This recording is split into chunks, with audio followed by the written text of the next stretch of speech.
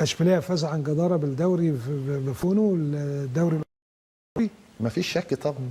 حارس عظيم يعني حاجه بسم الله ما شاء الله، يعني حاجه خصوصا بقى ان هو وصلوا ضربات الجزاء، وهو يمكن لعبته العامل مؤثر. رجع كفه المغرب في كاس العالم. طبعا ويعتبر كسب برضه باشبيليه. وانا اهلي والوداد الاحد القادم ان شاء الله في استاد القاهره، بتشوف ازاي المباراه ديت؟ والله بشوف المباراه يعني بنتمنى التوفيق للنادي الاهلي طبعا، فرقه مصريه بتشارك طبعا، فبنتمنى لها التوفيق. طبعا الظروف اللي مر بيه النادي الاهلي في الفتره بتاعت بطوله افريقيا، خصوصا في الماتشات الاخيره زي مثلا الماتش الرجاء هناك كان بدون جمهور. فدي ماتش الاهلي والرجاء كان فيه، لا هناك يا استاذ طارق كان فيه بس عدد مش يعني لا هو بدون جمهور يا استاذ طارق. لا كان فيه جمهور.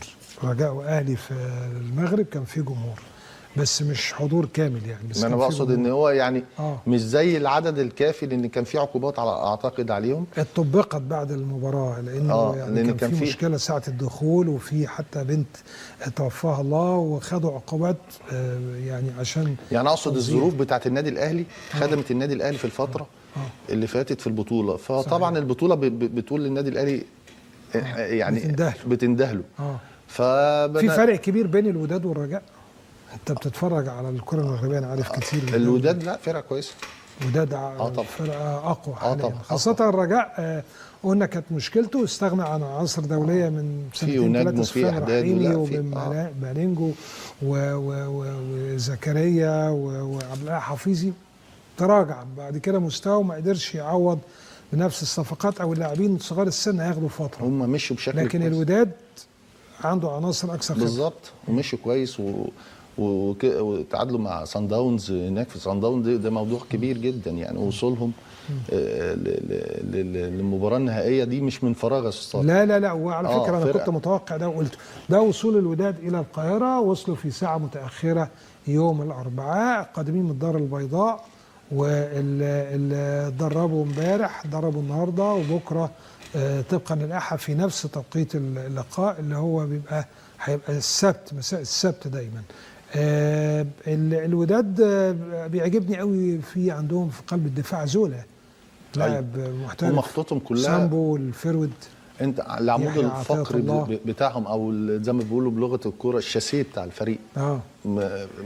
في حاجات كويسه جدا وامكانيات عاليه جدا جميع الخطوط، ولعبوا ماتشات افريقيه كتير. يحيى جبران، يحيى عطيه الله، وفي حميد من الزمالك، كان في حميد احداد ونجم بس نجم اكثر تاثيرا وبيشارك وبيعمل اسيست. حميد بعيد شويه يمكن ربما مع الرجاء كان افضل حالا. بالظبط مع الوداد ما لعبش كتير وما سجلش كتير. فاعتقد ان هم يعني فاهم فرقه منظمه، عندهم خطوطهم كلها في كل خط فيه عنصر مؤثر.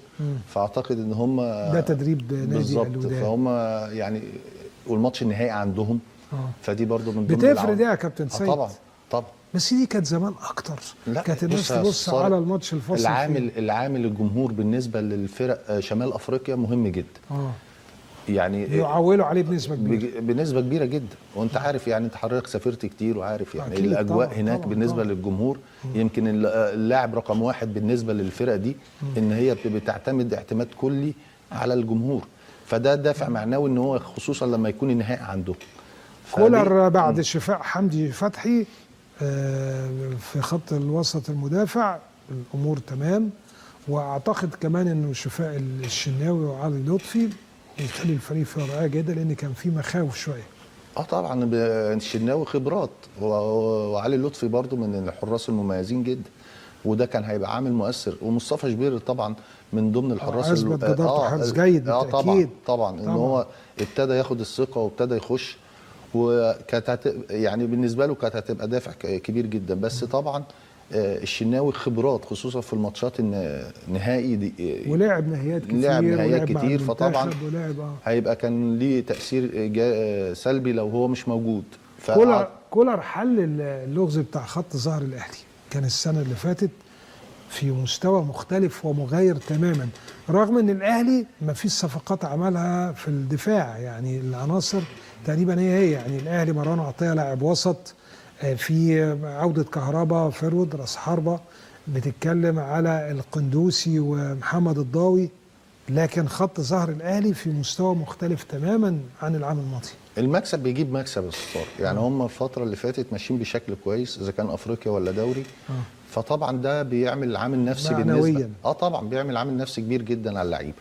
فاعتقد هم الدافع بتاعهم ان هم يحققوا المكسب هنا في القاهره عشان يريحهم هناك، لان انت عارف الوضع هيبقى هناك هيبقى الموضوع صعب أصعب جدا من هنا، فلازم يبقى الموضوع بالنسبه لهم هنا ماتش نهائي. الماتش بالنسبه لهم هنا النهائي مش هناك. هناك هتبقى ليها ظروف تانية وحسابات تانية وقرايات تانية بالنسبه للمدرب عشان يعرف ان هو يقفل خطوطه هناك ويقدر يحافظ على النتيجه اللي هو عملها. وصل ليها. قول لي حظوظ الاهلي والوداد كام لكام؟ انا في اعتقادي 50 50 50 50. طبعا الفرص والمستويات متقاربه بالظبط.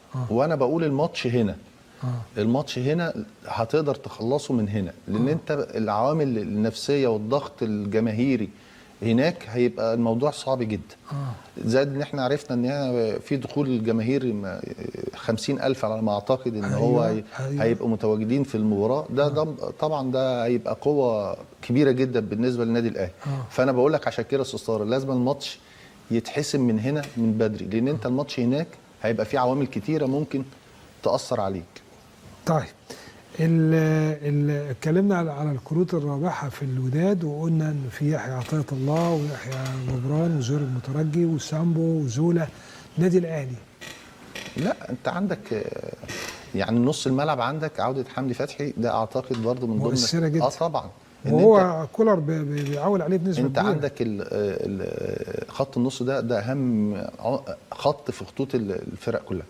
خصوصا لما بتقابل فرقه زي فرقه الوداد لازم السيطره والاحتفاظ بالكوره واللي انت تعمل استحواذ من لعيبه نص الملعب. صحيح. وزائد ان انت حمدي فتحي بيقوم بالدور الهجومي، بيعمل الزياده العاديه اللي هو رقم 8 اللي بيكمل في النواحي الهجوميه ويقدر يزيد مع الناحيه الهجوميه بشكل كويس، وتقدر تمسك نص الملعب. مسكت نص الملعب في المباراه اللي زي دي اعتقد ان بيحلفك. واعتقد الفوز. قوه وسط الملعب ادت لخط ظهر الاهلي قوه السنه دي اكثر من العام الماضي. اليو ديانج والناس وعمرو السوليه برضه اللي في رجوع السوليه ومروان عطيه. مروان عطيه طبعا ادى بشكل جيد جدا، ان انت ما بتوصلش الكره لخط الظهر حائط صد اول زي ما بيقولوا بالظبط، فبتمنع خطوره الفرق المنافسه اللي قدامك. طيب اشبيليه فاز عن جداره بالدوري بفونو الدوري الاوروبي. مفيش شك طبعا.